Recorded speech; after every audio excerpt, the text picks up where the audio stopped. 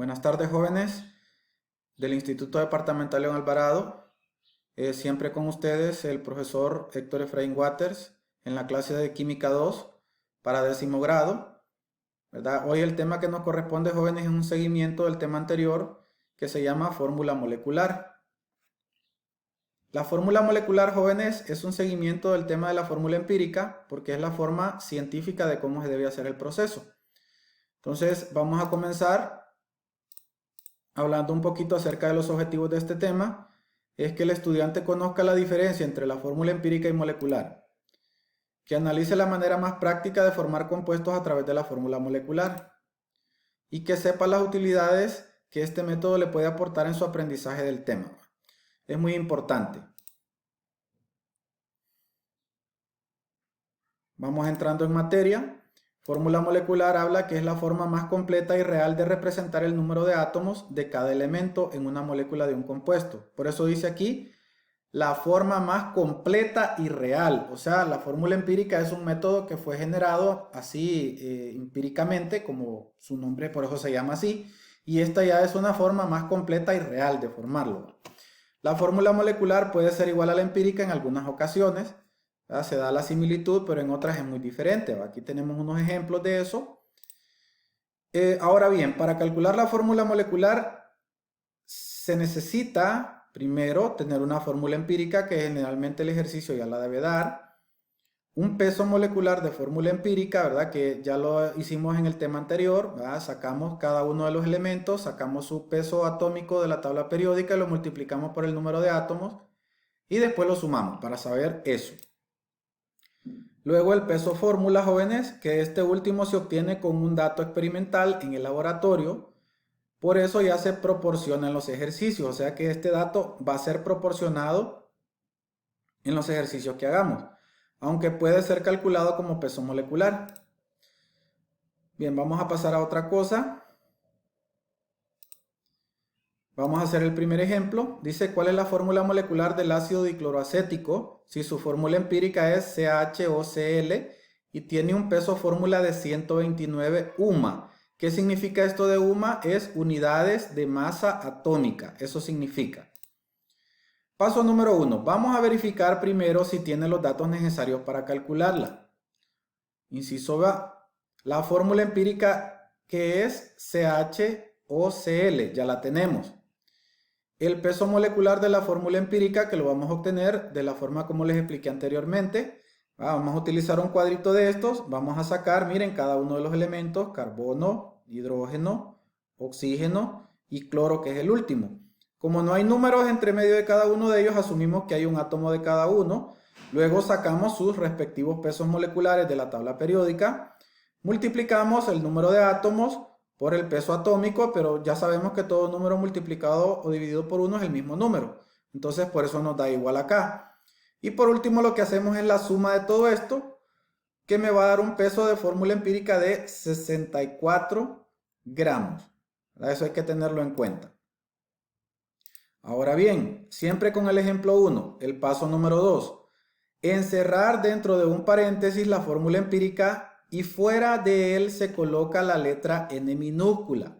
Esa n va a representar un número al cual se va a multiplicar todos los elementos de adentro al final. Ya lo vamos a ver en un ejemplo ahí.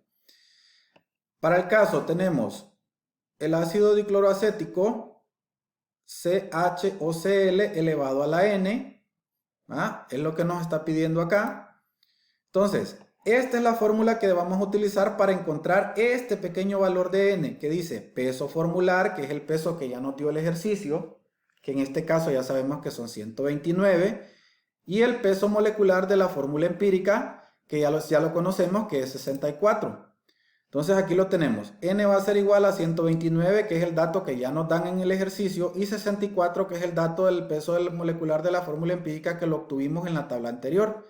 Ahora, ¿qué nos queda? Dividir este número entre el de abajo y el resultado va a ser 2, aproximadamente ahí. Entonces, ¿qué continúa? Paso número 3. Debemos sustituir n, que es esta que tenemos aquí, por el valor encontrado, que en este caso será este de acá.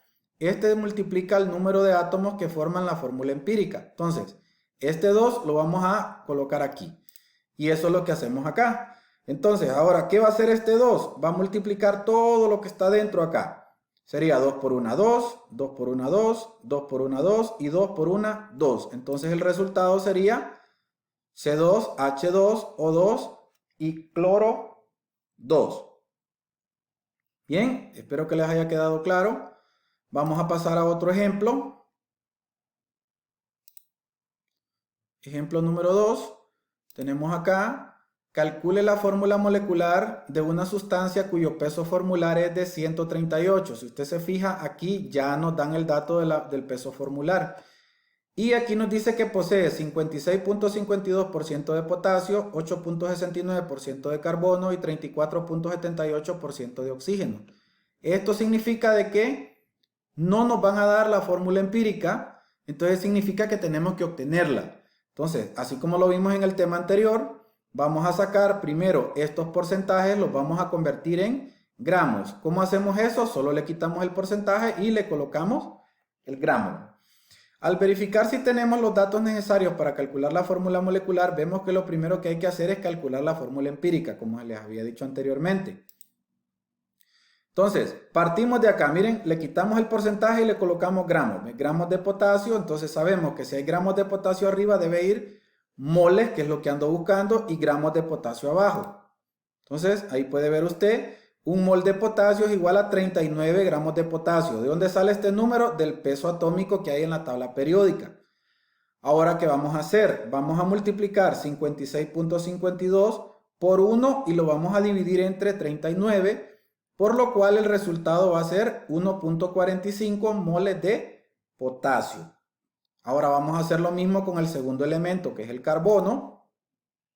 Tenemos 8.69 gramos de carbono por, sabemos que arriba debe ir moles de carbono y abajo gramos de carbono.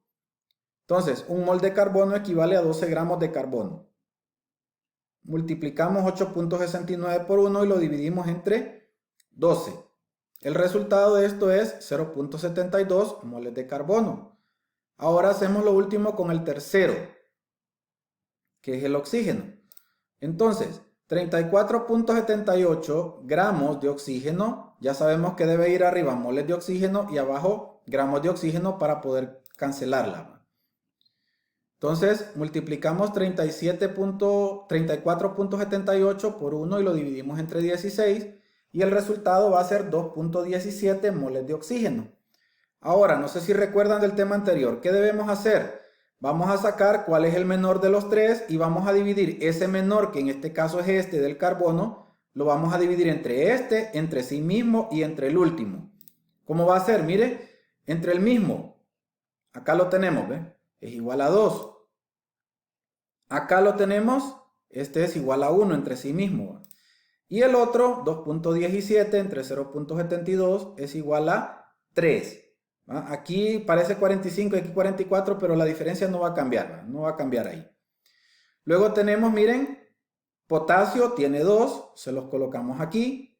Carbono, que es el segundo, solo tiene 1, por eso no lleva ningún número acá. Y el oxígeno, que es el último, lleva 3. Recuerde que este 2 no quiere decir que ese 2 va a ir ahí siempre. Eso solo es para indicar que el oxígeno está en forma molecular. Entonces, aquí la respuesta es 3, por eso aquí en el oxígeno va un 3. Este solamente es el paso número 1, porque recuerde que aquí no nos dan la fórmula empírica, entonces lo que hicimos fue obtenerla. Ahora vamos al siguiente paso del ejemplo número 2. Dice, calcular el peso molecular de la fórmula empírica. Una vez que ya tenemos esa fórmula empírica, que no nos la dieron en este ejemplo, sino que la tuvimos que obtener, entonces la sacamos acá, mire, potasio, carbono y oxígeno. Sabemos que hay 2 átomos de potasio, que hay un átomo de carbono y que hay 3 átomos de oxígeno, porque la fórmula era K2CO3. Entonces, buscamos en la tabla periódica los pesos respectivos de cada uno, sacamos que el potasio es 39, el carbono es 12 y el oxígeno es 16. Multiplicamos 2 por 39 nos dio 78, 1 por 12 es el mismo número y 3 por 16 nos dio 48, para un total de un peso de fórmula empírica de 138 gramos.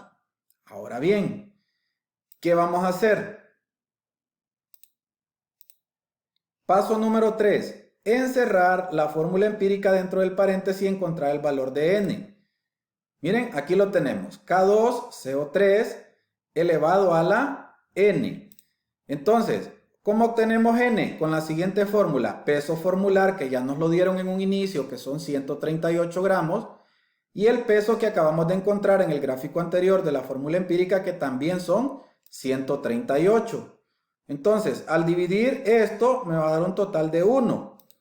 Eso significa que el valor de n aquí va a ser 1. Y ya sabe que 1 multiplicado por cualquiera de estos números es exactamente lo mismo. O sea que en este caso la fórmula empírica fue igual que la molecular, ¿cierto? Pero esto no quiere decir que siempre va a ser así. A veces se da, a veces no. Entonces hay que tener cuidado con eso.